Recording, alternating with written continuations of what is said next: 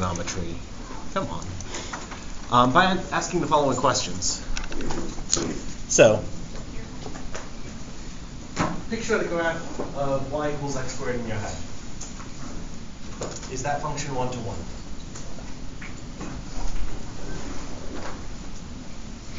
Right, it's a parabola. Does it pass the horizontal line test? Not 1 to 1. So, does it have an inverse function? Nope, only 1 to 1 functions have inverse functions. But if I ask you to undo x squared, what would you respond with?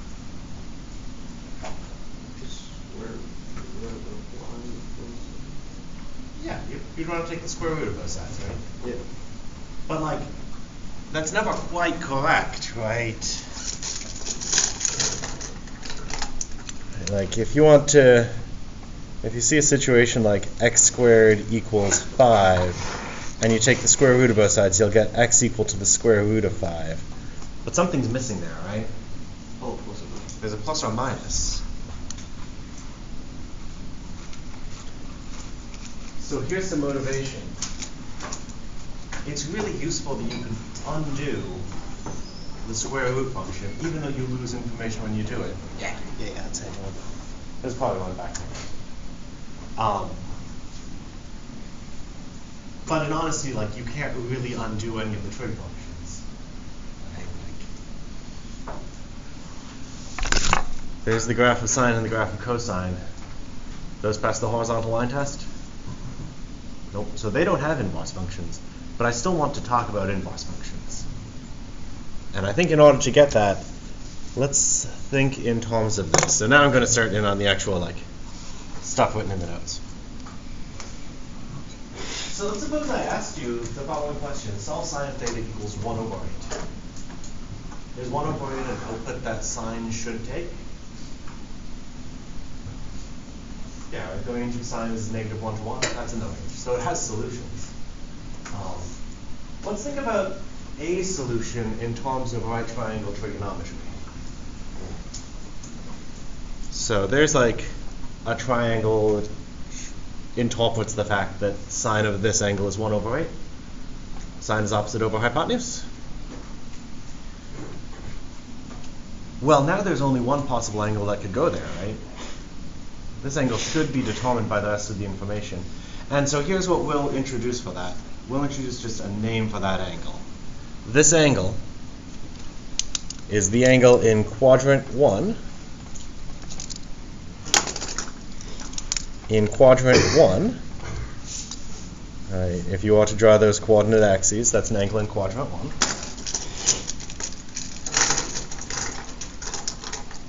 With sine of theta equals 1 over 8.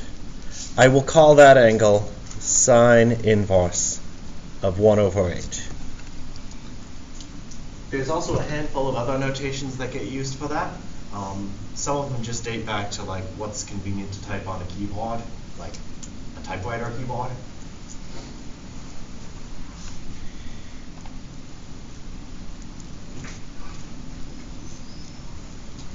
Or arc sine of 1 over 8. And the reason for that arc there goes back to like the definition of radian measure.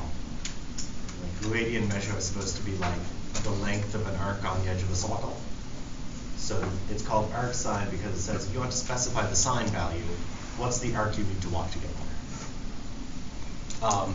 Or another one, which is present on some calculating machines, is just a sine of 1 over 8. Let's go to type. So, now that we have names for these things, chances are you have a calculator that's already willing to compute them. What the calculator does to compute these things, it doesn't do geometry. And you know what I'm going to say it does. It passes through something called the Taylor series to get something that does a good job approximating. But like, take out your calculator, find an inverse sine button or an arc sine button. Have it compute inverse sine of 1 over 8. Tell me what you get. I'm expecting two different answers. 0.125 radians. So I see sine inverse of 1 over 8 is 0.125. Anyone getting the other answer? 7.18. 7.18. And the difference there, well, let's see if people can see. So what's the difference between those two numbers? Any intuition? It probably can't be both. Well, it's degrees. Oh, yeah, there you go. Okay, so you were 2 steps ahead of me. That makes a difference one way or the other. And since I didn't specify here, I guess I put it here. So here's an informal definition. Whenever I ask you for the inverse sine of an angle, I'm just asking you what is the simplest angle that has that sine value. In the case of a positive number, that just means the angle in quadrant 1. The angle between 0 and 90 degrees, or between 0 and pi over 2. Similarly, cosine inverse of t is the simplest angle with cosine theta equals t. So you should think of these things as saying, well, I'm going to specify what x value or y value, depending on whether you want sine or cosine, and then tell me what's the simplest angle you can use to get there. And now let's try to elaborate on exactly what this word simplest means. People feeling all right so far? So inverse trig functions, they try to undo trig functions. And they are on the simplest solution. So, in fact, there's just sine and cosine. And we've already established these suckers are not one-to-one. So, do they have inverse functions? Also no. So here's the game we'll play. Just like how when you invert the square function and get the square root function, the way to think of it is that this function is not one-to-one. Right, there's y equals x squared. This is not one-to-one. To get a square root function, well, what if I only saw the pink part of the graph? If you only saw the pink part of the square root function, so you restricted the domain to just non-negative numbers, is that pink graph one-to-one?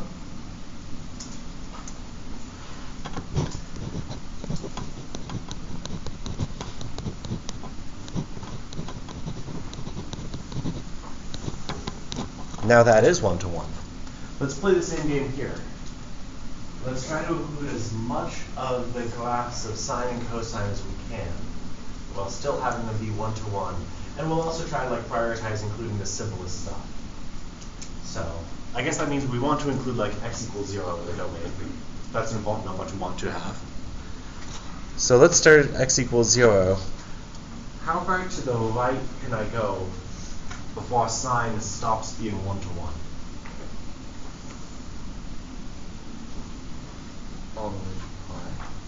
All the way to pi. Well, not quite. That's what pi is. If I do that, is all of that one-to-one? Okay. So where should I actually stop? Half of pi. And all right, you had the picture in your head already. I want to stop at the peak. It's just, where does that maximum value of sine happen? It's a pi over 2, not a pi. How far back can I go and still have it be one-to-one? In the negative direction. Negative pi over 2. Negative pi over 2? So if I restrict to, let's see, so that's negative pi over 2, negative 1, pi over 2, comma 1. That bit is one-to-one. So what I'll do to get inverse sine is I'll restrict to that pink domain, then inverse, because that little pink piece is one-to-one. Let's play the same game for cosine. So let's start at x equals 0. 0, comma cosine of 0 is 1. And how far forward can you go while still having cosine be one-to-one?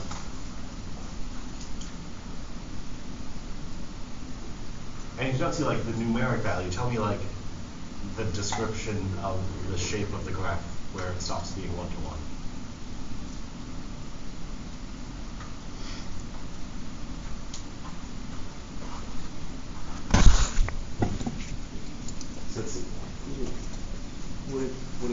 pi. Yeah, so it should be like there anyway, right?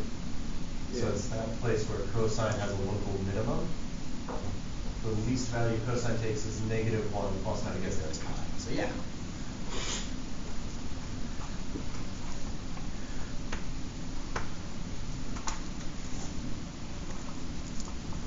So if I just see that pink piece of the graph, this is 1-to-1. So here's the game, and this will show up on the next page too. I'm going to restrict the domain of sine and cosine to get a 1-to-1 function. Then I'll involve that 1-to-1 function to get inverse sine and inverse cosine. That seem like a strategy that makes sense? Yeah. Whenever you got something that's not 1-to-1, see how much you can include while it still is 1-to-1. Use that to get an inverse. Some stuff will go wrong when you try to act like it's the inverse, but it'll give you like a starting point. So there are the pieces that I just highlighted. So those are exactly the pieces labeled in pink on the previous page. There's sine of x. There's cosine of x with a restricted domain.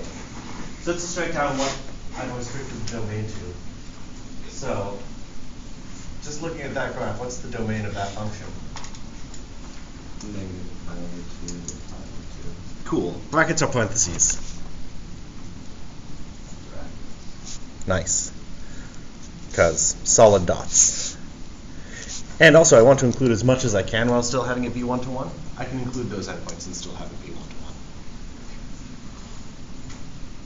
Range would be -1 to 1. Nice. Which is good, because what's the range of all of sine of x? -1 to 1. So at least I get all the output values. It would be upsetting if I didn't get all that. Same thing for cosine. Domain?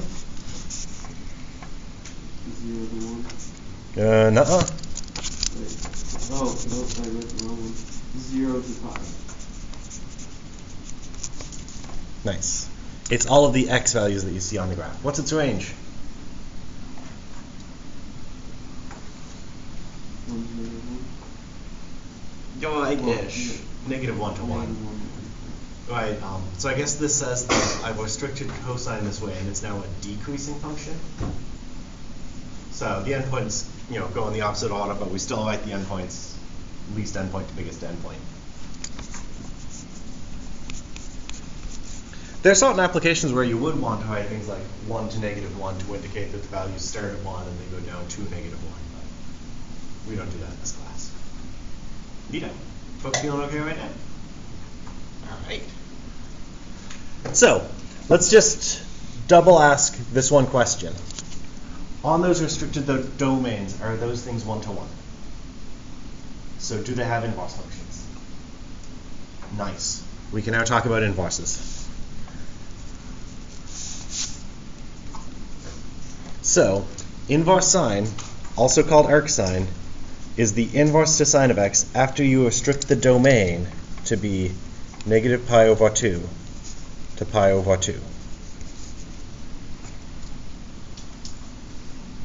So just like how square root is the inverse function to the squaring function, after you restrict the domain of the squaring function to be 0 to infinity. That means that inverse sine of an input y is the angle in between these two inputs, -pi/2 to pi/2, which satisfies that sine equals that fixed y value. So there's now the definition of inverse sine. When someone says inverse sine of a number, they're saying this is the angle that lives between -pi/2 and pi/2, which achieves that y value. That feel pretty good? And we'll do some stuff with this in a minute, but I want to get all the definitions out. Same thing for cosine. Inverse cosine, also called arc cosine, is the inverse to cosine after you restrict the domain to 0 to pi. That means cosine inverse of, well, it should be x, it's an x value, is the angle in between 0 and pi with cosine equal to that x value. It doesn't really matter what you call a variable name, but cosine is supposed to be an x value on the inverse. Neato. So let's just hammer one more thing home.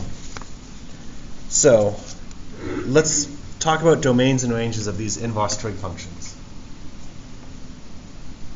And maybe I'll ask the direct question first. So based on what's written on the page, what is the domain of inverse sine?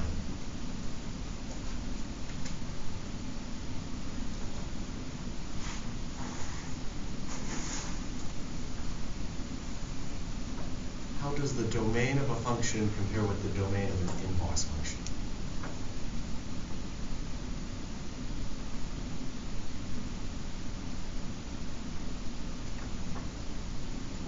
What do inverse functions do to x values and y values? Swap them. So maybe let's do that first. We'll come back up here. Let's do this thing with the graph. So there are these two graphs. Which one's sine and which one's cosine? The first one, sine or cosine? Sine. So to get the graph of inverse sine, I can take that graph and swap all the x values and y values. So this point here at 0, 0 stays at 0, 0. This point at negative pi over 2, negative 1 becomes negative 1, negative pi over 2. Pi over 2 comma 1 becomes 1 pi over 2. And otherwise it just flips over the line y equals x. So it's got positive slope there, so it gets positive slope here. It gets really steep at those endpoints. So there's the graph of y equals sine inverse of x. Could you do the same thing for cosine? Yeah, I mean, of course. 0, 1 is going to become 1, 0. That point, pi over 2, 0 is going to become 0, pi over 2. Pi negative 1 is going to become negative 1 pi. And then, places where it's like really flat here is going to become infinitely steep for the inverse function. So now let's ask the same domain and range question.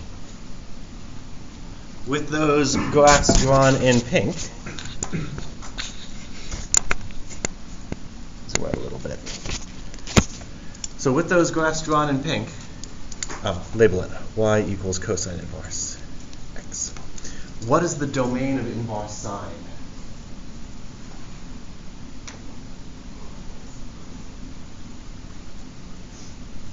How do you read the domain from a graph?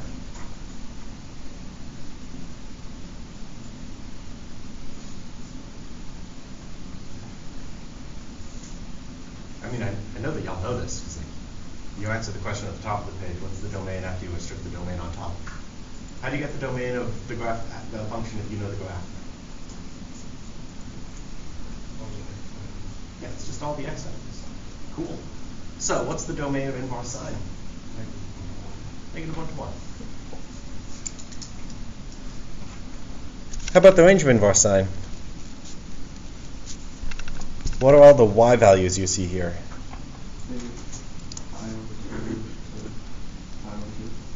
Nice. Oh, notice the domain of inverse sine is exactly what the range was before when we restricted the domain. The range of inverse sine is the domain after we restricted the domain. And of course that's the case. That's like what inverse functions do to domain and range. Same thing for inverse cosine, negative 1 to 1.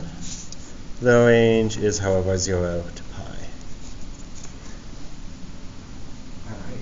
So we've written some things down. We've done some things in abstract. I think I want to do some stuff that's going to be super explicit. I'm going to tell you that you already know how to compute inverse trig functions for some particular values by using a unit circle. So how do you take out your unit circle? Maybe you draw it out of the book, the notes at some point. Maybe it's still on the page that it's labeled as being at. I better still have mine. So let's use the unit circle to ask the following. Let's use the unit circle to compute inverse sine of 1 over 2.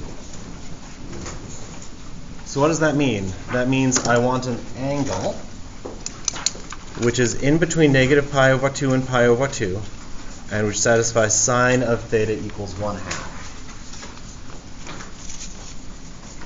So by looking at that unit circle, do you see an angle whose sine is 1/2?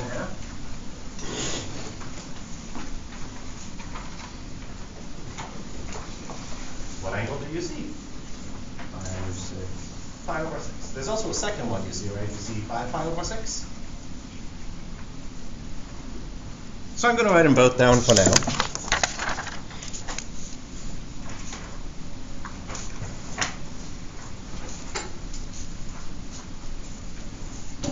Oh, and maybe I'll point to them. All right, I want sine to be 1/2, so I need the y value. So pi/6, y value to be 1/2, 5 pi/6. All right. Which of those two angles is in between -pi/2 and pi/2?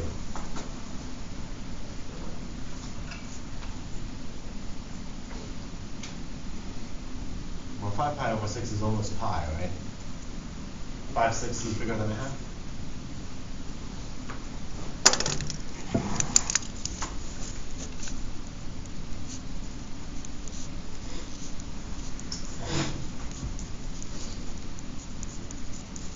What about pi/6? Is it in between -pi/2 and pi/2? Yeah, right. Of course. So the point here is that you can use your unit circle as a lookup table for inverse trig values. If you're trying to compute inverse sine of a number, look for that number as a y value on the unit circle.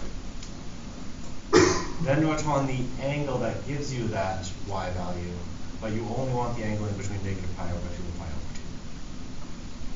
So let's do something very similar again. I will now have you compute, oh, that's a typo.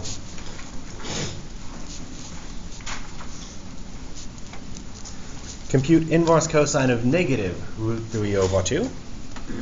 And I'm going to put up the unit circle in case you happen to not have yours on you. That means I want an angle whose cosine is -√3/2. And that angle has to be in the range of inverse cosine. So stare at that for a second. I'll write something down.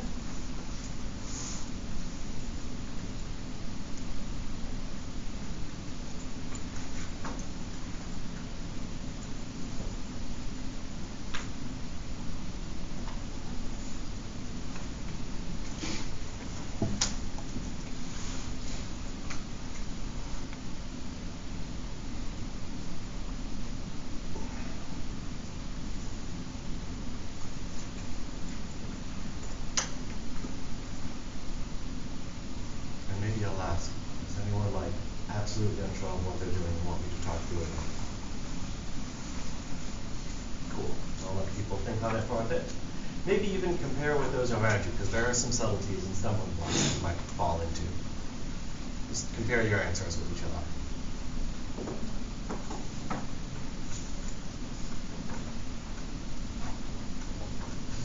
And I'll ask if you're doing any more testing, just like that. Unless it's class related subject. Well, let's hear it. What is this inverse cosine of -√3/2? 5 pi/6. And here are 5 pi/6. Anyone get a different conclusion? Wait. Let me get a 4 pi/3. Yeah, well, let's just list them. 4 pi/3. Maybe I'll even list some more things that you may have gotten, and we'll see why they're not acceptable. There's like a list of things you may have gotten. Let's make that pi look like it's actually pi. So, let's remember what we need. We need An angle whose cosine is -√3/2. on the unit circle, what coordinate is cosine? X coordinate or y coordinate? X coordinate. So I need an angle which results in an x coordinate of -√3/2. Let's see, where's 4 pi/3? So there's pi/3, there's 3 pi/3, plus another pi/3 would put me down here.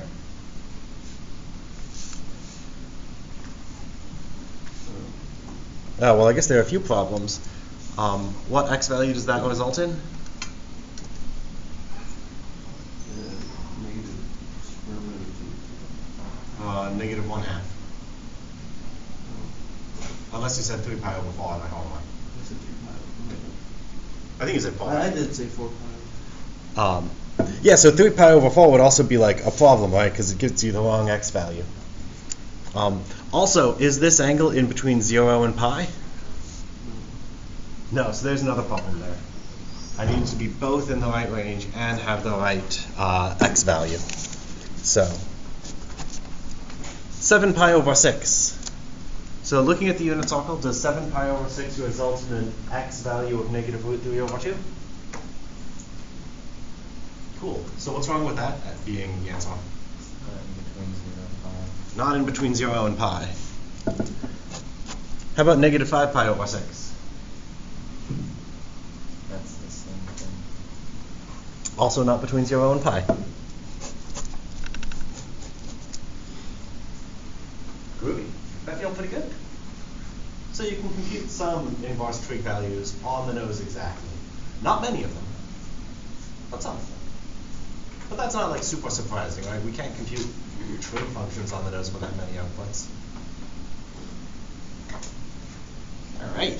So next thing I want to do is let's use inverse trigonometry for something that it's really well suited for, and that's solving right triangle problems. And what do I mean by solving a right triangle problem? I mean, here's a right triangle where I've given you some partial information. I filled in like some of the sides and some of the angles. So on this problem, you know that this is a right angle. You know that this side length is 2. You know that that side length is 6.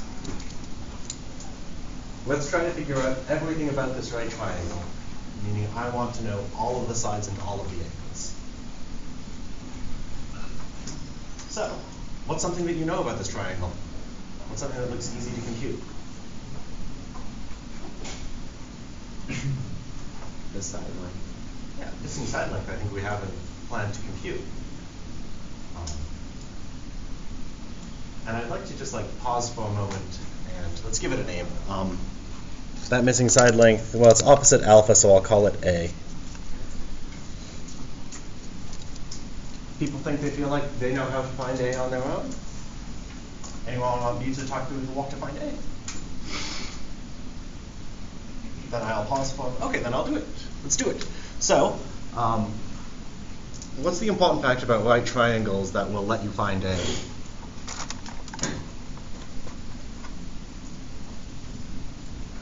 A squared plus B squared is C squared. So let's use that. Length of an edge of the triangle, A squared plus B squared equals C squared. That looks like something we can solve for A? Hope so. So let's see. Doing so, A squared is 6 squared is 36, and I want to subtract the 2 to the other side, so minus 4. A squared is 32, so A is the square root of 32. But I guess there are two questions that I should ask here. Why not plus or minus the square root of 32?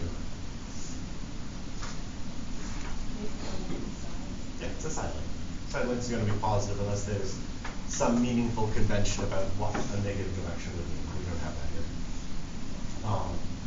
Are there any perfect squares inside that square root we can pull out? Yeah, let's figure out how 32 factors and do that. So there's 32. Give me a factor of 32. 16. 32 is 16 times what? 2. Nice. 16 is a perfect square. That makes me happy. So that 16 is 4 squared. So I could pull the 4 squared out. That's 4 square root 2. All right.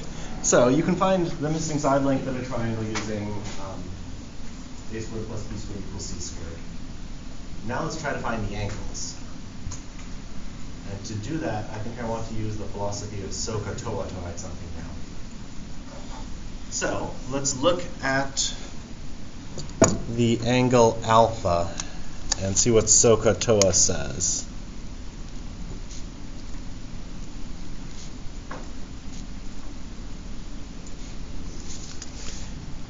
So, between SOHCAH or TOA, which one seems more useful right now? I think so, just because it'll avoid having the more complicated number. Oh no, cosine, adjacent. The trouble is that I'm not looking at the picture when I say things. So, let's write that down. So, what is the cosine of alpha equal to using this triangle?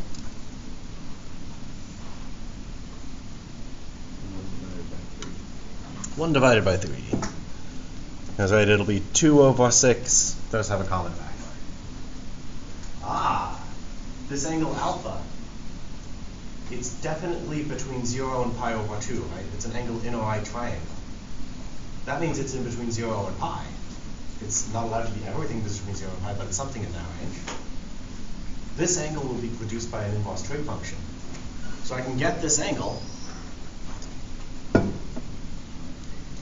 by doing cosine inverse of 1 over 3. That's not a number I see on the unit circle, but I can now get a decimal approximation. What is the cosine inverse of 1 over 3?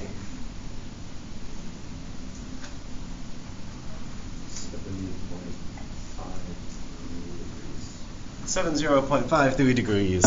We haven't been walking in degrees so far, but we could. Right, we'll replace every pi in the analysis so far with 180 degrees. Then we'll get that. What's it in radians?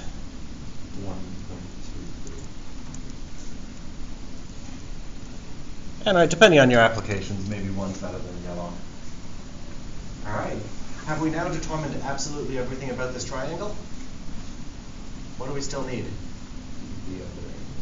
The other angle, beta. Do you think you can find that? I'll have y'all find it. There are oh gosh, depending on my count, I think I see at least 4 different ways to compute beta. So pick one, we'll see what people do. Hopefully we all get consistent answers.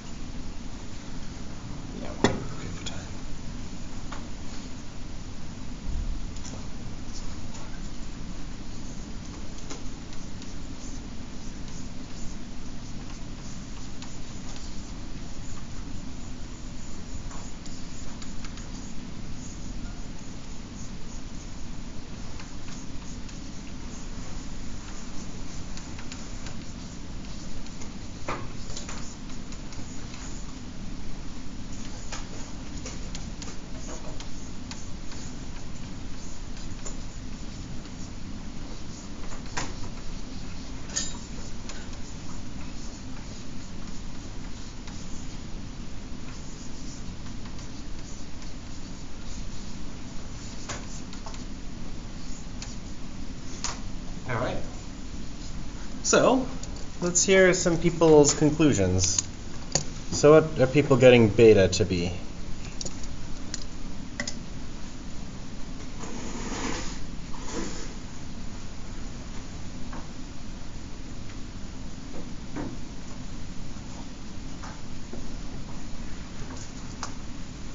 Either exact values or decimal approximations.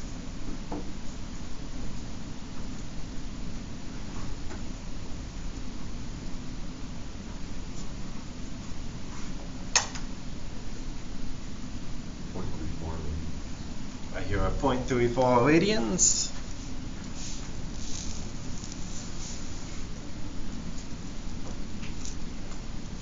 Do I hear a second? Cool. I'll ask, how'd you compute that one? The sine inverse of 2 over 6. Sine inverse of 2 over 6. I'll go ahead and simplify that to 1 over 3, but it's the same, so who cares? Groovy. Anyone do different stuff to get that? What'd you do? Just added up all the eighty and subtracted the Nice. So you also know that pi plus alpha plus beta should be, well, you said 180, so I guess we're in degrees. So 90 degrees plus alpha plus beta is equal to 180. Oh, cool. So you can subtract everything to the other side. So beta had better be 90 minus alpha, which is cosine inverse of a third. Give you the same number? Nice. Anyone do something else?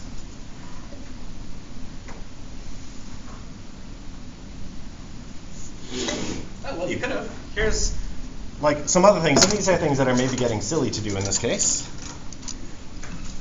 You also know that cosine of beta is 4 root 2 over 6, also known as 2 root 2 over 3. So that means beta had better be cosine inverse of 2 root 2 over 3.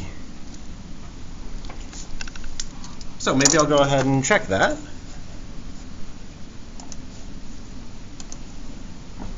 Arc cos of 2 times square root of 2 divided by 3. Did that give the same answer as we got? And that give the same answer as people who did the computation in degrees? Cool. Handful of different ways to do this. In fact, maybe this is also suggesting that inverse sine and inverse cosine have some relationships to each other.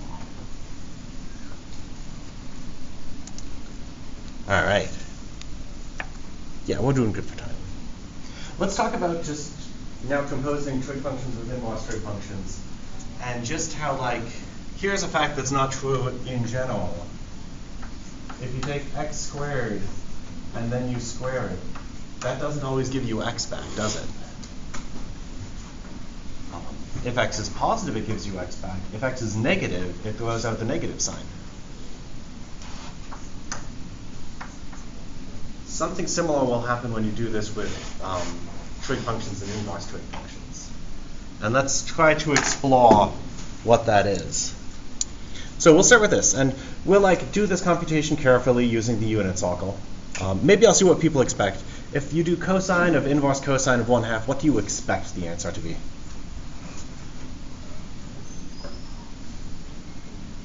A half, right? These things should undo each other. Let's see if it actually works out that way. So I'll use the unit circle. I want to start by computing inverse cosine of 1/2.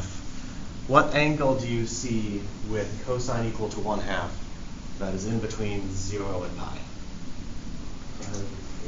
Pi over 3. This angle. Ooh, so now I need to compute cosine of pi over 3. Let's go back to the unit circle. Looking at the unit circle, what's the cosine of pi over 3? Wow, I'm in radian mode because I started with something in radians. So I'm going to say pi. Wait, no, I want cosine of pi over 3. So that'll get me back to the x value of 1/2. Cool. Yeah, so that worked out. And in fact, you notice that, what did I do? I said, well, I'm starting at 1/2. That gives me an angle of pi over 3. That pi over 3 now brings me back to an x value of 1/2. So yeah, those two absolutely undid each other. Go through the same logic on your own. The inverse, the sine of the inverse sine of -1, what does that work out to be?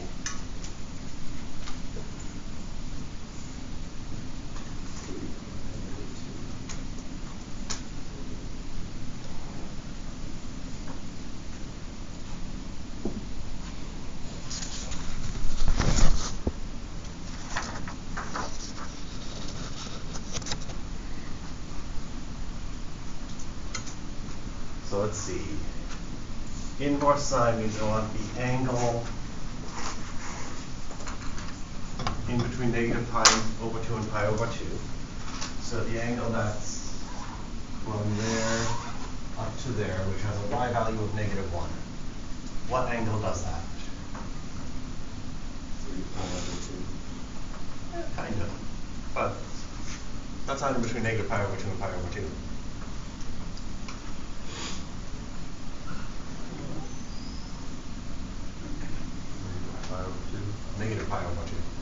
So if there's this weirdness about things that are coterminal, you can get to this point by going in the positive direction by 3 pi over 2. Or you can go in the negative direction by pi over 2. Both of them get you to the same point, but only one of them can be in the inverse trig function, because it has to be a function. So you need to make sure you're in the right range, even if it is coterminal with the thing you want. Cool, so negative pi over 2. And now, an easier step. Looking at that exact same unit circle, what's the sign of negative pi over 2?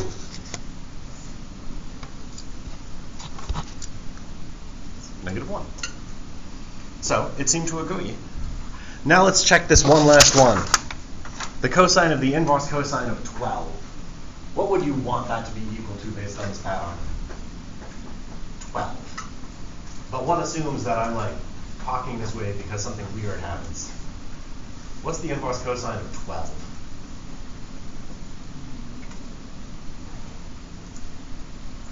What's the domain of inverse cosine?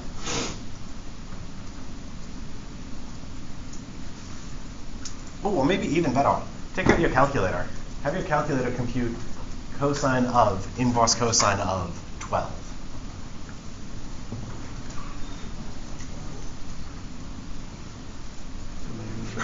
Domain error? Cool. Does it spit out an actual number for anyone? Okay, that's good. Sometimes the calculator is like too clever for its own good and like does like some analytic continuation stuff. So, domain error. Let's try to be more specific. What is the domain error that happens? It's greater than 1. Yeah, this number 12 is bigger than 1. So that means that inverse cosine of 12, this already asks for an angle whose cosine is 12. Biggest cosine can be is 1.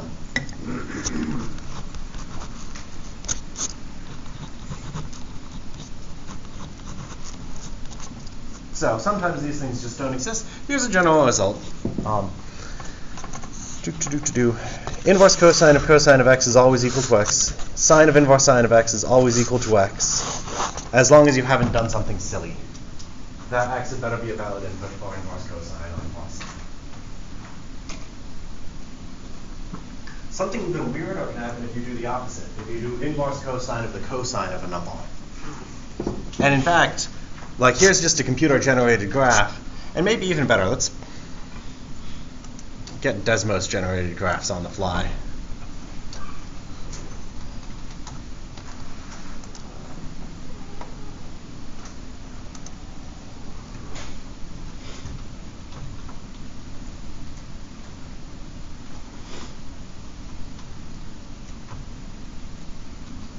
So there's the inverse cosine of the cosine of x. Oh, this is going to ruin some of the shtick that I wanted to do. Inverse sine of the sine of x. So you get these weird, like, sawtooth, jaggy patterns. So it's going to be really hard to write down an explicit formula for these things. But we can still do a lot of computations. And maybe some of the shtick is ruined, but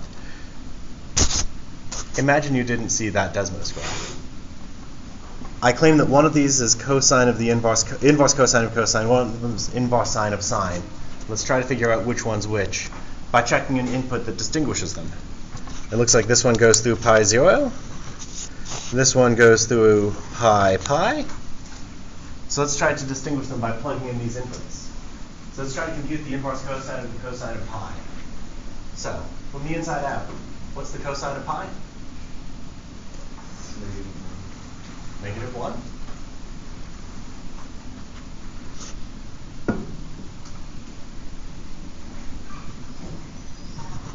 Yeah, cool. All right. So now, look in your unit circle and tell me what is the simplest angle. Well, and I want to get inverse cosine of negative 1. So I want the simplest angle whose cosine is negative 1. What angle is that? Pi. Oh, cool. So I guess this one had better go through pi comma pi. So this has to be the graph of cosine inverse of cosine of x. Let's play the same game with sine. What's the sine of pi? 0. Sine of pi is the y value is 0. Now, look at the unit circle with a y value of 0. What is the simplest angle that gives you a y value of 0? Nice.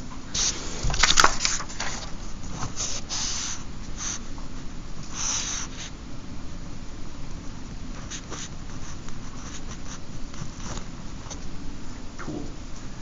So the last thing I want to do today, I have time? Yeah, I've got 5 minutes. Is let's talk about how to actually compute these things by hand. Because you can always do it.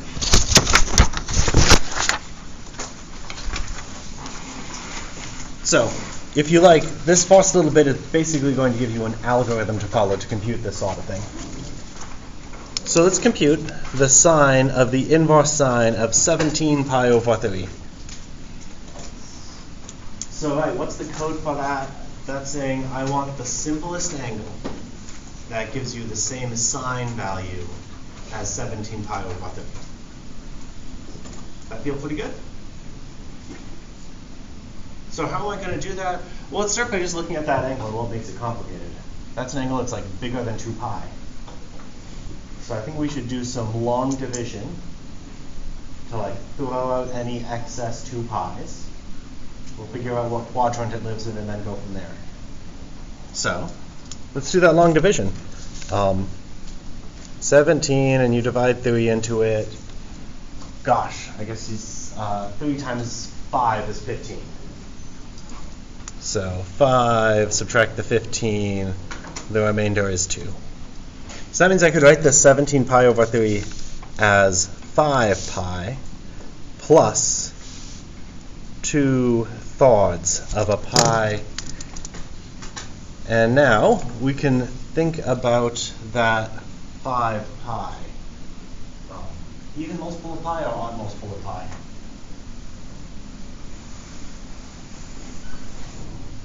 Odd multiple of pi. So that means that that 5 pi, I could just replace with pi plus pi over 3. Alrighty. Now let's think about range of inverse sine. So the range of inverse sine is negative pi over 2 to pi over 2. So that's like negative pi over 2 up to pi over 2. That angle, does it live in one of those quadrants I just highlighted in black? Nope.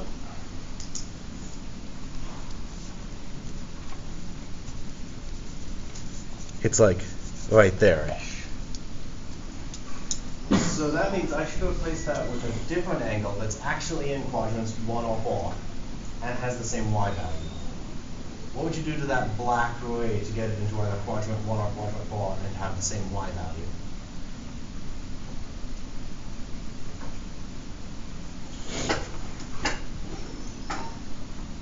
What reflection do you need to do?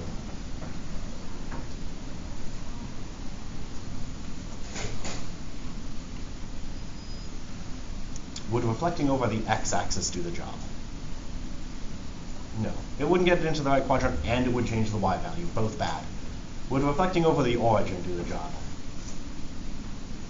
It would get you into the right quadrant. Would it result in the exact same y value? No, that's bad. What about reflection over the y-axis? Does that preserve the y value? Does it get you into an acceptable quadrant? Oh, cool. That'll do. Let's reflect over the y-axis. And let's draw the picture again.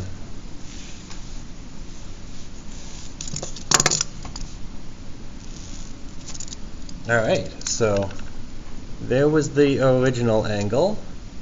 Over here, I guess at 4 pi over 3. So what is that new angle after reflecting over the y-axis?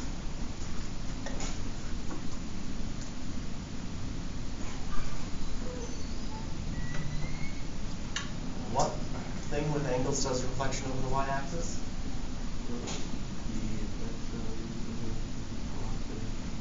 Yep. Yeah. Where did the 2 divided by 3 pi go? Oh, son of a bitch. There should just be a 2 there, shouldn't there? Yeah. Okay, so that's like was. Okay, so that fucks a bunch of, sorry. That ruins a bunch of stuff, doesn't it? Because is that in an acceptable quadrant already? So, I think here's the point. I'm at time. I'm at a place where I've just screwed something up.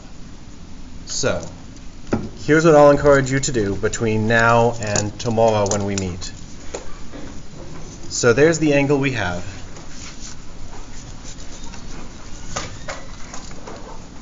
It's already in an acceptable quadrant, but is that angle in between negative pi over 2 and pi over 2? Is that number in between negative pi over 2 and pi over 2? No, it's almost 2 pi. It's way too big. How could you get that to be in between negative pi over 2 and pi over 2? Well, resolving the y value. That's what we'll come back and start. So, sorry about that cock up at the end. We'll start with this. Go ahead and take a look at the whiteboards that cover this stuff. If you get stuck on problems like this, don't get too frustrated. Know that I'll like to talk about it at the beginning of class tomorrow.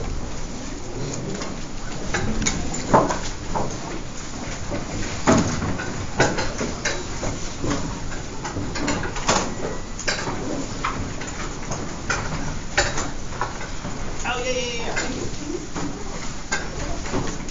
And I guess if anyone for some reason didn't grab a copy of the notes as they were going around and they want one now, there's something fun lower.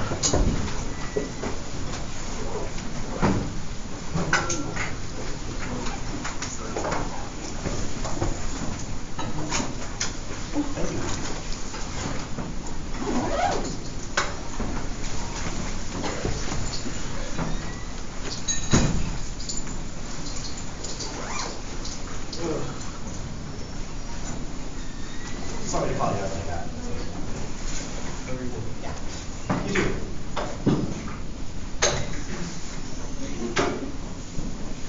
See you tomorrow. See you tomorrow.